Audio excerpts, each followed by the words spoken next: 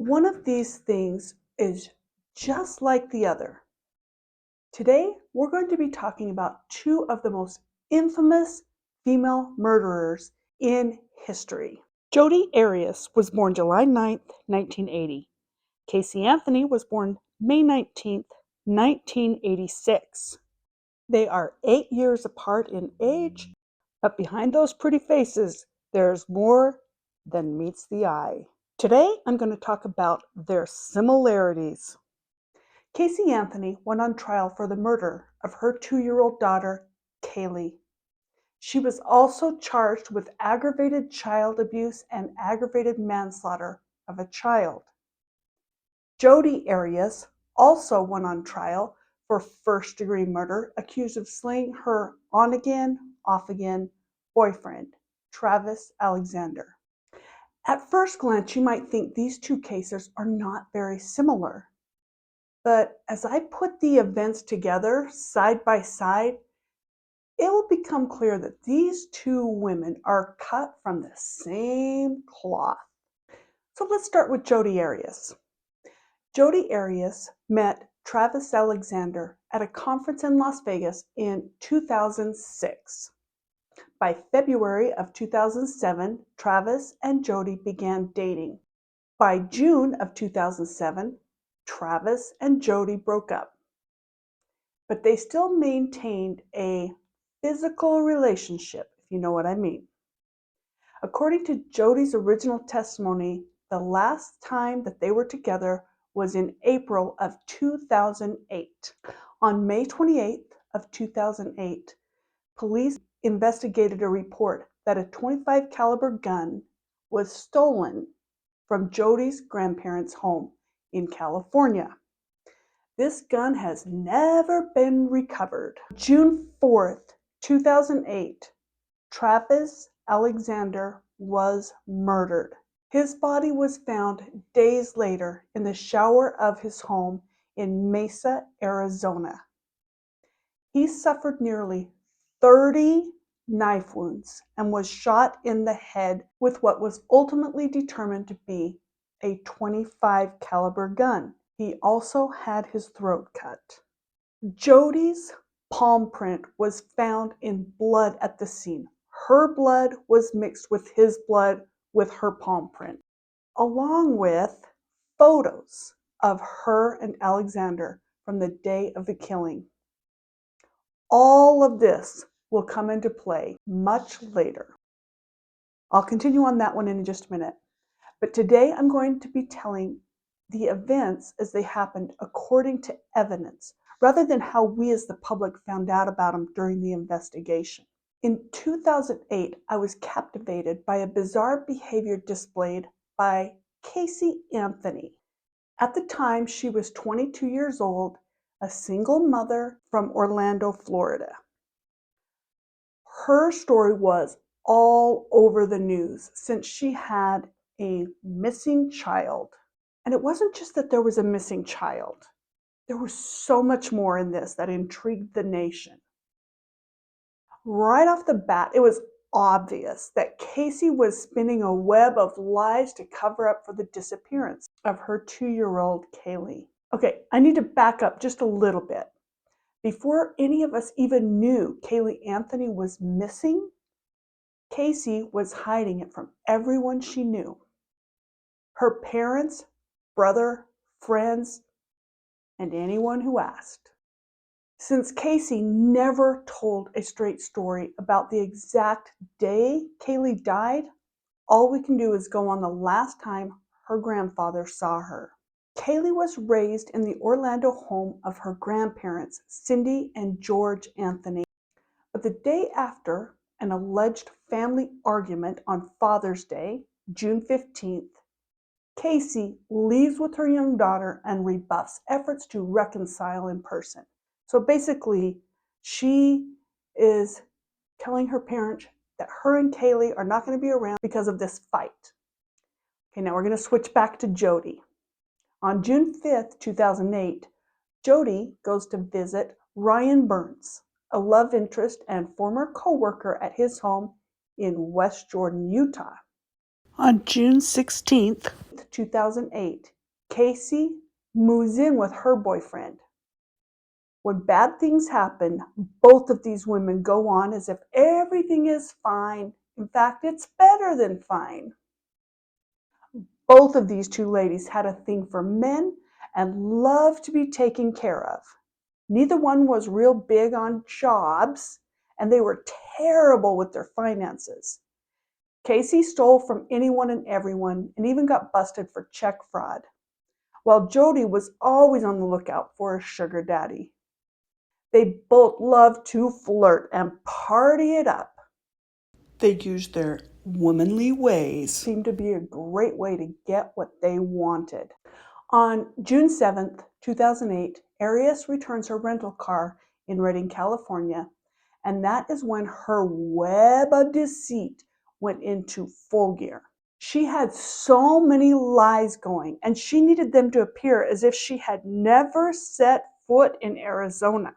On her drive to Arizona, she used gas cans, a rental car, dyed her hair dark, turned off her cell phone, and even went so far as to take the license plates off of her car so she wouldn't be discovered while she was on her trip to her ex-boyfriend's house to commit the murder. Casey had so many lies going as well. She'd been living so many lies, I'm amazed she could keep them all straight. She claimed to have a job and a nanny. Those are just to name a few. These lies had been going on for years, when in actuality, she was supported by fraud and boyfriends and her parents. There was no job and certainly no nanny, as we now know. After Caylee died, Casey was so happy she had to celebrate. The very night she died, she was seen with her boyfriend renting movies at Blockbusters, then proceeded for the next month just celebrating at bars and parties. She even got herself a tattoo titled Bella Vita, which means beautiful life, but it's meant as a state of mind, not a destination. Yeah, I guess she was having a beautiful life without her daughter, or so she thought. On June 9th, 2008, Travis's friends called 911 after discovering Travis's body. When questioned by police, Alexander's friends immediately suspected Jodi Arias as the most likely suspect. I'll give more on why they suspected her in a minute, because I'm sticking with my timelines here, but it's crazy. On July 15th, in 2008, Casey's mom in Florida started to worry that something was really wrong with her granddaughter. After learning that a family car used by Casey had been impounded, George retrieves the car and is overwhelmed by the smell, even after a bag of trash was removed from the trunk. Cindy tracked down her daughter later that day, and over a string of 911 calls reported that Caylee had been missing for a month. And she told about the impounded car that they had discovered. She said, "It smells like there's been a dead body in the car." On the exact same day Cindy is reporting Caylee missing, she's starting to draw suspicion on her own daughter. Across the country in California, Jodi is arrested for the murder of Travisalexander. It's interesting to me that both Cindy and Travis's friends had a real good guess on who the perpetrator of the murders were from day one. On June 19th, 2008, police question Arias about Alexander's murder. She tells them whopper lies, and the sequence of events she tells, I will call lie number one. It's actually a whole series of lies, but I'm going to group them all together as the I was never in Arizona lies. All the lies that go along with that. The crazy thing is, Jodi's even smiling in her mugshot, as if the whole thing's a game. On July 16th, 2008, Casey is arrested as well, and she has her own set of lies she started out with. Her sequence of lies include her claims of working at Disney and that her nanny had abducted her child a month prior. I know I'm hopping back from case to case just so you can see how much they parallel each other. So that's the reason that I'm doing the timeline this way. Jodi didn't ask for an attorney, and her entire interrogation interviews over the course of a few days are available online. And yes, I've watched the entire thing. The first day, she doesn't realize she's even being videoed. She is giddy, flirty, and frankly, weird. By day 2, she had a complete change because now she realized that she was being recorded while she was interviewed. So her behavior changes. They started the recording device right in front of her. I'm still not even certain if she knew that there was actual video going on as well as the audio recording, but nonetheless, that's the first that she realized she's being recorded. So, since she knows she's being recorded, she's got to put on an act. And right off, there was the interviewer, the detective, was asking her questions and even talking to her about how she showed no remorse, she showed no sorrow. Her behavior was not that behavior of someone who was innocent. That's how she started the interview on day 2. So Jodi, she even asks, well, what would an innocent person look like? And then she starts realizing in her brain she's got to pour it on. She's got to get her Academy Award winning acting job going. Jodi Arias was interrogated for hours and hours and days, and it's all available online, and I actually watched every single bit of it in real time. I listened to see how she was breathing, even when there was long periods of time of her just sitting in the room. So basically, I'm going to give a 5-minute nutshell, let's just say, of what I learned from watching all of her interrogations. So this is the first day of her interrogation. This is an Arizona detective who flew into California to do an interrogation with Jodi. She has been arrested, and they've already been going for hours by this point. He has revealed to her that they have her cell phone data. They know she was in Arizona, and they also have pictures with the gruesome crime scene. So she knows this all. And yet, let me show you the behavior. He's asking her to describe why her blood was mixed with Travis's blood and her handprint, her hair, and Travis's blood. What's going on there? Well, I can explain the blood and the hair. I don't know about my left palm print. How can you explain the blood in that? Well, because I used to bathe Napoleon all the time. And, You haven't been there since April, right? mm-hmm. Well, He's had the house cleaned several times since then. And this hair was not just a hair, from the shower or something. This hair was stuck with blood and obviously had blood on it. At the time it got stuck where it ended up. my there's hair would no have been way. all over. There's no other hair. Can you that take place. a hair sample? And We have your DNA. No, but I mean, like, you know how they can do drug tests and find out when things were done?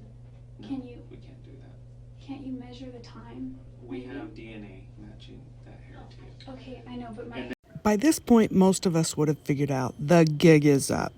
Line number 1 is not going to work for you. But no, not Jodi. So the investigator left the room, and so we get to watch what she does. Now remember, at this point, she's of the understanding that she is not being recorded, and it will be obvious based on all the things she does. For your benefit, I am speeding some of this up, but I will keep it in real time when there are interesting things that she says talking to herself. After she stretches and has some time to think about things, she literally lays down and apparently falls asleep. At first, when I was watching this, I was assuming that she was trying to come up with some new story, like she's thinking through it. And yet, well, watch. I don't know exactly what she thinks she's going to find in the trash. She then whispers to herself, and I have magnified it so much so I could try to hear exactly what she says, but it's something about makeup. Should have at least done your makeup, Jodi. Gosh. She says, "You should have at least done your makeup, Jodi. Gosh." Here it is one more time. Should have at least done your makeup, Jodi. Gosh. I amplified that 250 times in order to hear it. Is she thinking of a song that describes the murder? I didn't hear you breathe. I didn't hear you breathe. Holy moly. I didn't hear you breathe. I wonder how am I still here? And I don't wanna lose a thing. It might change. She goes on, and for some reason she keeps going back to that trash can, like there's something important she's going to find in there. Just snooping around and obviously bored out of her mind. I don't even think she sees any reason to go to lie number 2 because she still thinks she's going to talk her way out of it. As far as this headstand goes, that was absolutely insane. Oh my word. The next part, it's almost like she's reenacting that she thinks she's on a swimsuit commercial or something. Her hair conditioner commercial. I just can't even figure out what in the world she's doing. But the one thing that she's not doing is showing any remorse or regret. And believe me, when she gets called out on that, by day 2, she's going to be full of nothing but pretend sorrow. She starts to sing here, and her voice sounds a little bit quivery, and I was wondering, oh no, is she about to cry? But no, she doesn't cry. In fact, she laughs. It's a little bit hard to hear, but let's listen to this. So brightly shining, this is the day of our dear Savior's birth.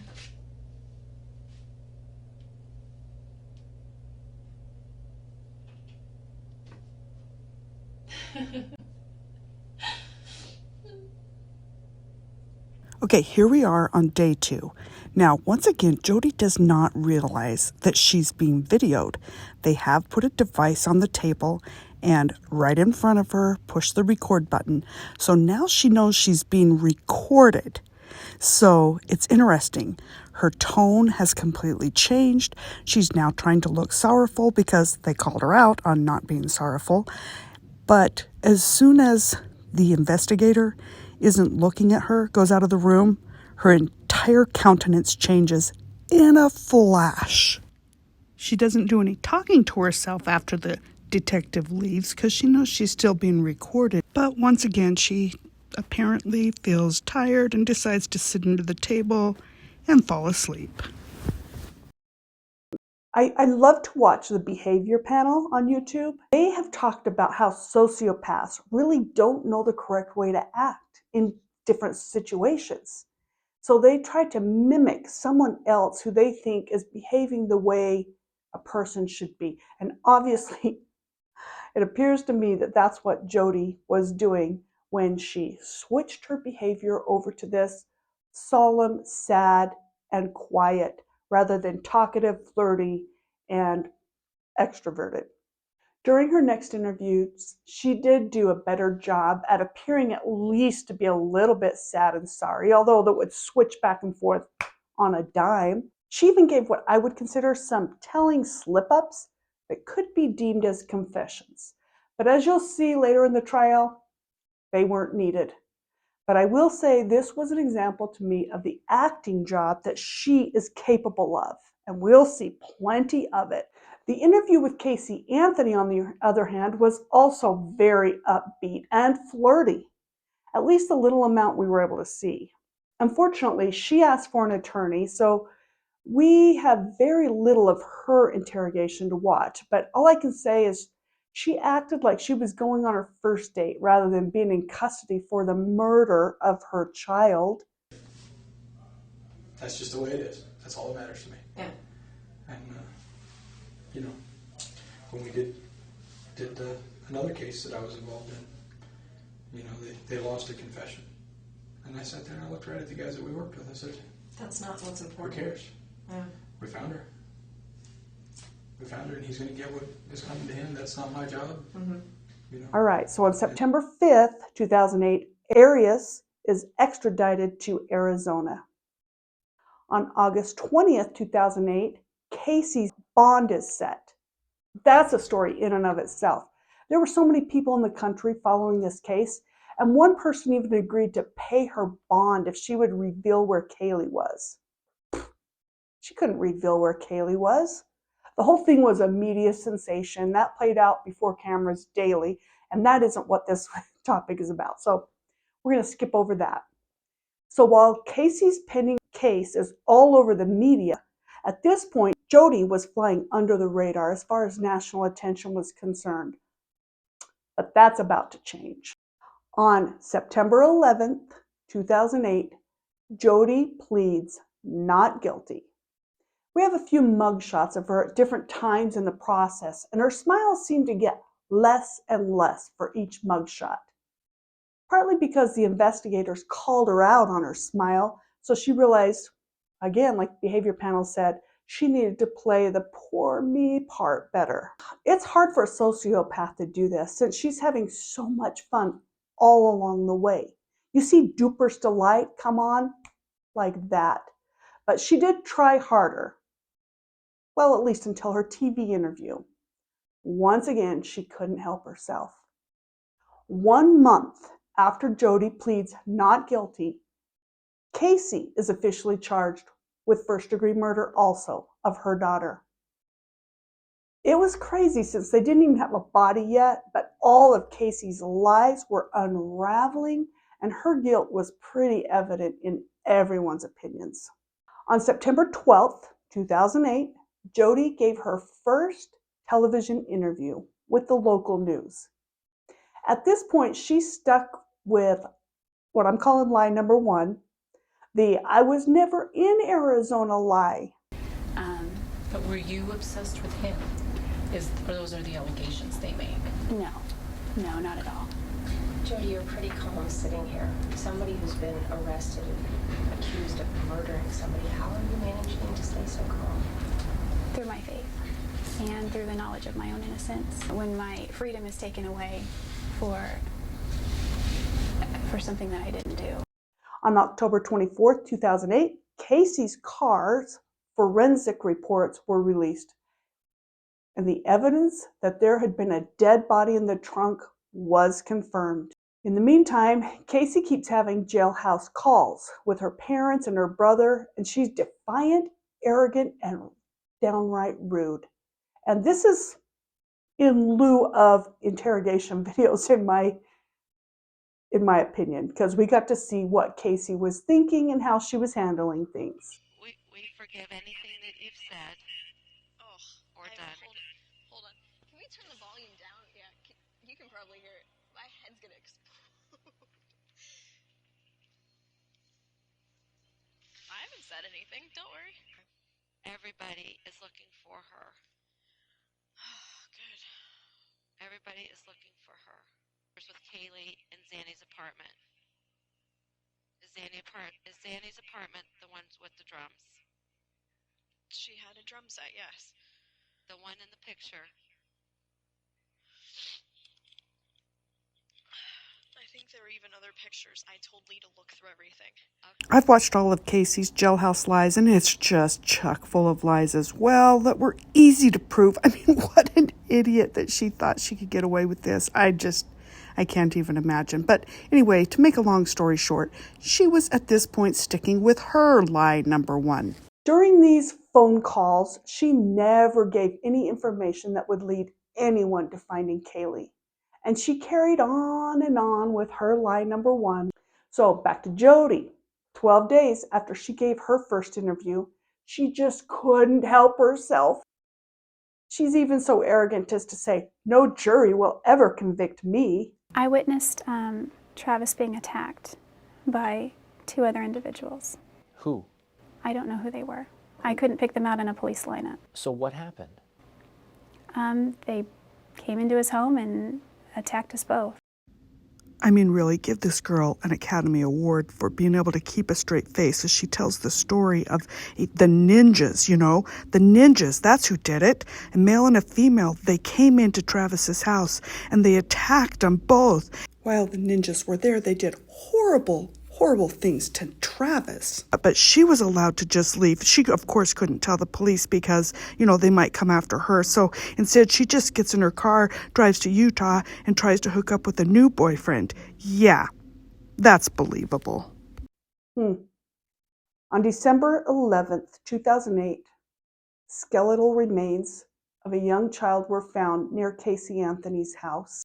By October 2008, Jodi found out that the prosecutors planned to seek the death penalty. There were very few cases that had so much overwhelming evidence.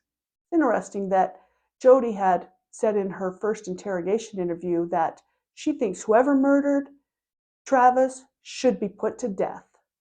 We'll see if she sticks with that. Jodi took pictures before, during, and after the murder. There were pictures of everything, some of them probably inadvertent. She then takes the camera with some other clothes and evidence, puts it in the washing machine, sets it to wash, and she tries to clean up a little bit, but she vamonoses out. She assumes none of those pictures are going to be retrievable, but she assumed wrong. In the meantime, back in Florida, on December 20th, 2008, the remains of Caylee were confirmed. The decomposition of the body was terrible, but they were still able to identify it was indeed Caylee. At this point, Casey had to formulate her lie number 2. So they both were hand in hand at this time because of her new evidence that had come forth. Jodi was the first one to change her story. The best way to get the word out there was to once again go on television. This time she goes on 48 Hours. As she was preparing to go on TV, once again, she was happy and flirty. You would think that she was about to tell the world she had just won the Miss Universe contest as she powders her nose. Her lie number 2 was simply laughable. Her story, of course, matched up with the evidence that had been presented to her. Well, sort of anyway. At least in her mind it did. As of April 13th, 2009, Casey found out the death penalty was on the table for her murder trial as well. She would wait until the trial to bring out her second lie. I'm not just saying it was a lie from my own opinion. Casey herself has admitted that it was a lie in her documentary that she did in 2022. More on that a bit later. After Jodi's 48-hour episode aired, I wonder if everyone in the jail was making fun of how ridiculous that version of the story was, or she realized it herself. Either way, she soon figured out she needed a third version to get out of this predicament. She had spent her life lying and telling stories, but she was going to need a doozy to pull this one off. On August 16th, 2010, Arias submits a request to the court to have letters allegedly from Travis admitted into evidence. The letters were meant to help prove Arias's new theory of self-defense. In a motion to preclude the letters, prosecutors wrote, and I quote, "The defendant argues that the letters are relevant to her claim of self-defense and that she was a victim of previous physical abuse by Mr. Alexander." End of quote. It was at this point that Arias reportedly began to claim Travis became angry when she dropped his camera. Evidence proved that she had taken a picture of him, and a few seconds later, she's attacking him. So how's she going to justify that he's smiling at her and then he's getting attacked? And so she comes up with this ridiculous, oh, I dropped the camera and then I had to fight for my life. So she claims that Travis became angry and, okay, this is the part where I'm just like, so he is in the shower and you're supposedly been in the shower taking pictures of him, but somehow you have a gun and a knife. Who knows? My guess is when she went to get the camera to take the pictures, she grabbed a few other things too, to go along with her plan that she's been planning all along. She had plenty of time to come up with that doozy. Since Casey's trial was first, her trial started in 2011. They were quite a bit apart, really, considering that the murders happened almost at the same time. There's so many things that come into play of when a trial actually happens, and both of them waived their right to a speedy trial. So it was just based on whatever factors. They're quite a bit apart, but there's still parallels, even though the time then now starts to get different than each other. The parallels of what happens in their cases still hold up. So Casey's trial started first. Hers was in 2011. And when her trial started, the opening testimony from her attorney is when we heard Casey's lie number 2 for the first time. It was the opening statements. And to this day, it's still very controversial because the claim that Casey was a victim of abuse from her dad and her brother, and that Caylee had drowned in the pool, and her father made her hide the fact. All of this was never substantiated with evidence during the trial. It was the defense attorney's way of trying to get Casey's word into the court record without her ever taking the stand. You're not supposed to be able to do that, and it's still controversial to this day. I think the jury believed it at that time, though, and they didn't really understand how the evidence was supposed to go. I don't know. I feel like this was just Casey's attempt of getting a free card out of jail. Well, Jodi's trial didn't take place until 2013, so 2 years after Casey's. But she took a page out of Casey's playbook and went with the idea that she too was a victim of abuse. Imagine that. She also blamed her dad, but instead of blaming her brother, she blamed Travis, the victim. Once again, none of it was substantiated, but during the trial, I realized that both Casey and Jodi would do anything to save themselves, even if that meant destroying those who were closest to them, even their own families. I think about how any time that someone uses a knife for a crime, they usually end up with some sort of nick or something on them because as they're doing their thing, they get nicked. This I see in case after case after case. And so the question is, what happened with Jodi? We know that she had blood mixed with Travis's blood, so there was some sort of a wound on her. And she had a finger that was bent weird at trial, when in actuality, it was proof that she was going to work and nicked off on her own hand. There was so much evidence against Jodi, it was just unbelievable. There was witness after witness after witness that would talk about how creepy she was and how they thought she would be a serial killer. I mean, they were freaked out by her. The stories they told were crazy. They talked about how Jodi stalked Travis, broke into his home, had all his passwords on his devices. She sent messages pretending to be Travis. She crawled into his house through the doggy door. She was alleged to have slashed his tires. These are just to name a few. I mean, it goes on and on and on. This girl was crazy, is crazy. So with all of the, what appears to be narcissistic at the very least, and possibly sociopathic personality disorder that these two seem to have, there's one thing that they both did at trial, and that is, I'm sure because their attorneys helped them, but they changed their appearance and their look from being this, whatever you want to call it, more to a librarian style. It really is interesting that Casey started out with a shiny green shirt when she first appeared in court, but then not soon after that, she switched to blouses that were way more conservative and kind of ruffly. And this is something that's so crazy. They even lowered Casey's chair so she would appear smaller and meeker. Look at how Jose is just a little bit taller than Casey in the first picture. And then, lo and behold, she seems to have shrunk to the point where he's a whole head taller and her arms are clear up here. Yeah, poor little tiny Casey. Back to Jodi.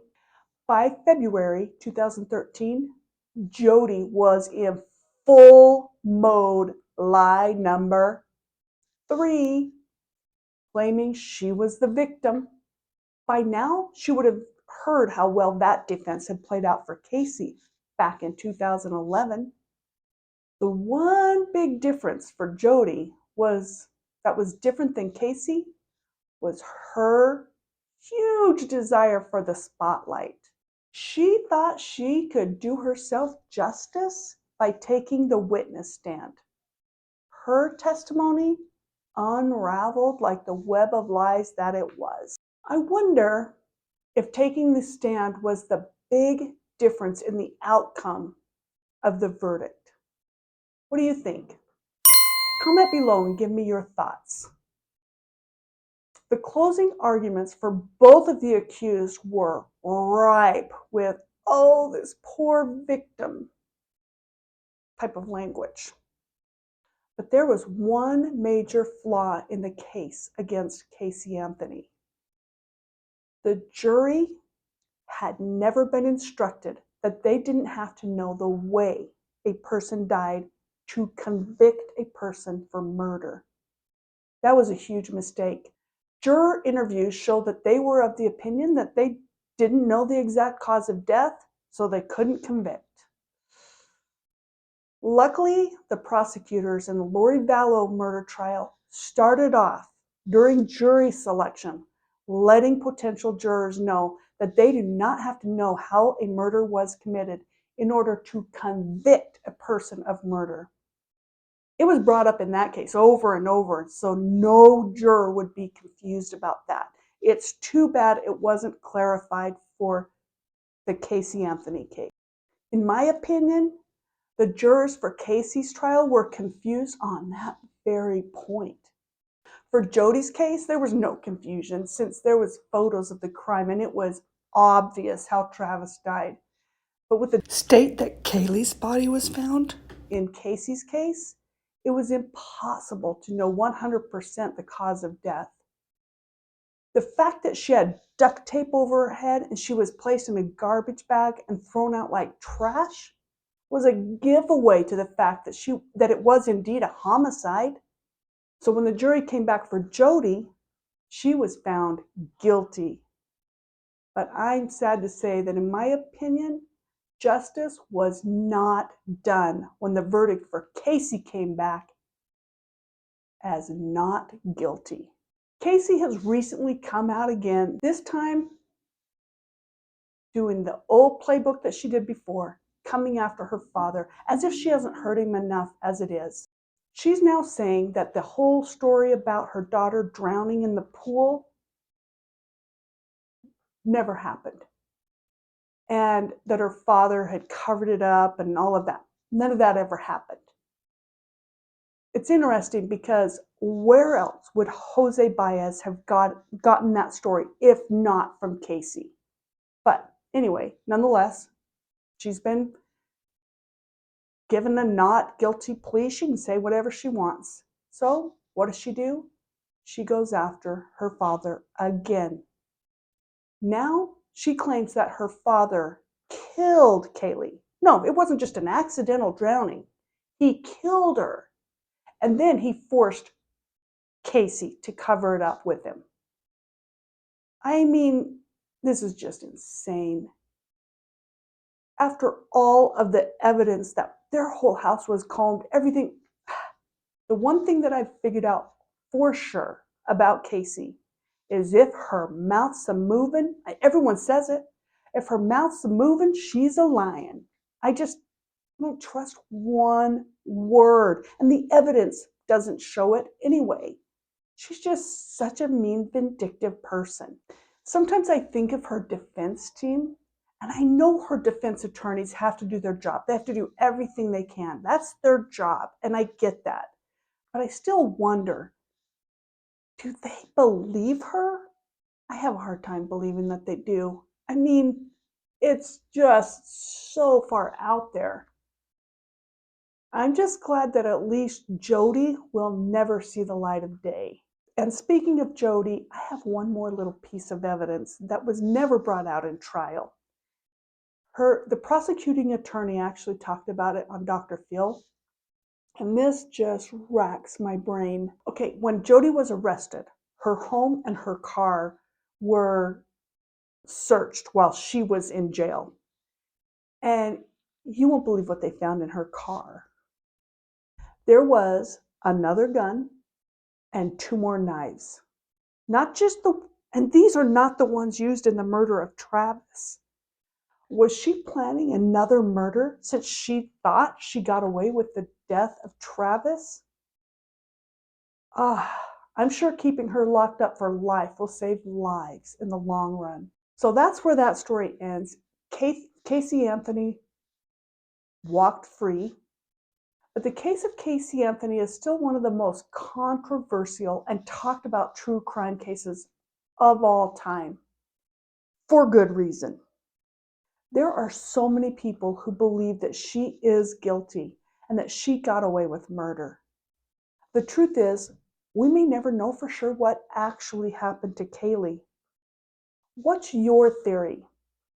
What do you think happened to Caylee? Comment below and give me your thoughts. I'd really love to hear your thoughts on this. I'm so thankful for all of you that subscribe and give me a thumbs up. Thank you if you like what you see. And there's more where this came from. I'll see you again soon. See ya.